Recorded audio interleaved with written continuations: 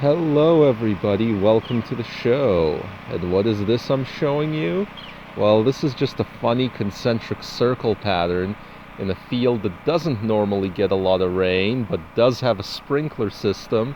And as a result of the sprinkler system that isn't set up very smartly, you get this type of crop circles pattern going on that I thought was pretty funny.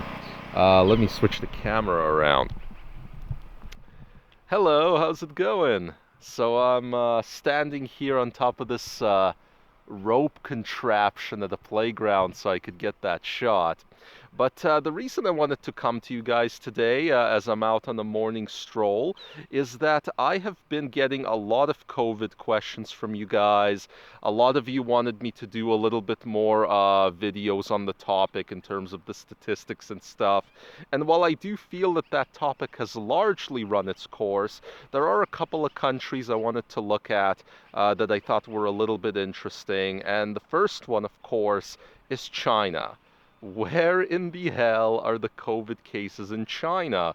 A lot of people have been asking for months and now are even more rightfully asking. Because if you followed China's case numbers, then you know that initially they had that big outbreak in the Wuhan, and then since then their case numbers have fallen off almost to zero. And since then, the only daily cases that they've logged are the foreign nationals that are coming in that supposedly have COVID on the way into the airport. Now, I suspect that this is utter BS because we now know how hard COVID is to control. We know that well-intentioned countries with good measures, as soon as they kind of try to reopen back up, their numbers spike again. So you can either have normalcy, but you can't have normalcy and no COVID, which appears to be what China has achieved. People are wondering how on earth that could be, and while they have taken all sorts of stringent measures in China, and things there are more scary and Orwellian than ever before, it is impossible that their numbers make sense. So I'll tell you guys my two theories on that. Theory number one is a little bit less likely. The theory is that China, in fact, has already gone through COVID and that most of their cases occurred in 2019, that they developed herd immunity in 2019, and that the Wuhan outbreak was actually just the very tail end of it that they caught. This one seems a little bit unlikely to me, doesn't quite line up with certain events. Here's the more likely theory that does make sense to me. It is true that China went to relatively near normal economic activity all the way back in like March and April, and they have been relatively COVID-free since, at least officially. And what that could be is burying the numbers, because they might have figured out very early that, hey, there's a lot of mild cases here and not a whole lot of deaths. What if we just ignore that it's happening? Will anybody even know? And in fact, how would you know if you're not watching COVID under a microscope? You go to some of the hardest hit countries on the planet right now in terms of deaths per capita, and you see places like Bolivia, Mexico, Belgium, and so on, and you realize you're only talking about death rates of, let's say, 600 or 700 per 1 million people. Sometimes 8 or 900, but that's kind of the upper edge of it. So that's only about, 60 to 90 people per 100,000. I mean, really imagine that. That's not a lot of people. And particularly when the median age of death is so high, you could quite easily ignore those deaths, attribute them to pneumonia or natural causes or whatever else, and that's it. How would you ever even know that COVID is going on? Which is kind of a statement, a blanket statement on the seriousness of COVID in general. But there you go. That's what I think China is doing, is I think that they figured out way the hell back in March to simply ignore this thing, and it's worked out pretty well. Now, the other country I wanted to bring up, which is an interesting counter to the China situation, is Israel. Now, Israel is a lot less monolithic than China, but they are quite a dense country considering they have 9 million people and they're quite small.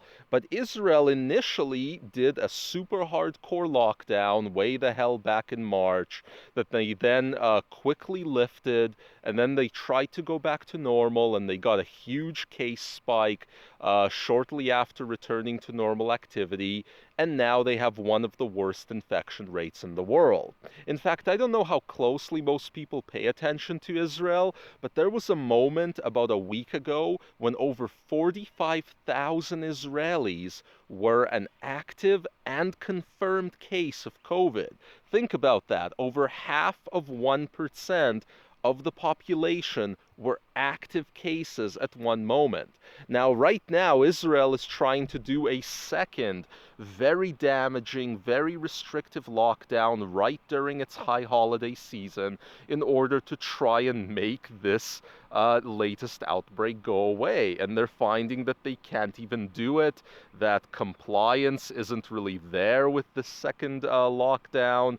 They know that compliance isn't there because, according to phone data, traffic has fallen off a lot less this time than during the last lockdown, and there's a lot of protests and so on. But in any case, yeah, Israel can't even get the outbreak under control, which shows you that despite the fact they have an excellent testing regime and they've tried to do hard measures a couple times, they can't get a handle on this virus unless they totally lock down their lives. So yeah, that's, I think, not only an interesting situation in Israel that hopefully they're going to have to learn from, but it's interesting especially when you contrast it with China. I hope at some point Israel just goes, well, holy crap, we're just infected and there's nothing we can do, and they'll let people get on with their lives.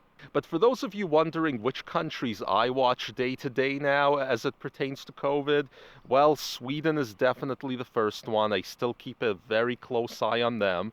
Remember, Sweden is the country that didn't shut down its elementary schools, doesn't have mandatory masks anywhere, doesn't do a whole lot of anything other than for people over 70, and yet they've kept their cases under control, at least thus far, and they've certainly kept their deaths under control, and they are now slipping down the chart every day slowly in terms of the most important metric, the deaths per capita, demonstrating perhaps that yes, Sweden got it right. They didn't rob anybody of their civil liberties, they didn't annihilate their economy beyond what was sort of happening globally, and yet their results in terms of deaths per capita are no better and no worse than many other places that failed on those first 2 points. So them I watch regularly, and I'm also keeping an eye on the countries that were truly the hardest hit, and whether in fact they've reached herd immunity. Some of those places to keep an eye on are like your Belgium, Argentina, Bolivia, and Mexico. A lot of people don't talk about Mexico, but once you factor in the fact that they had really, really low per capita testing, and then you look at Mexico's case numbers and fatality numbers, what you quickly realize is Mexico is in fact one of the hardest hit countries by COVID in the world. So if anybody's got a shot at some kind of herd immunity, it's them. With Mexico, we don't know what all their exact numbers are, meaning their exact case counts or deaths, but we can watch their curve. And that's interesting to watch regardless. So hopefully this has been an interesting little update on COVID stats for you. If it was, subscribe, hit that like button, and we'll see you all next time.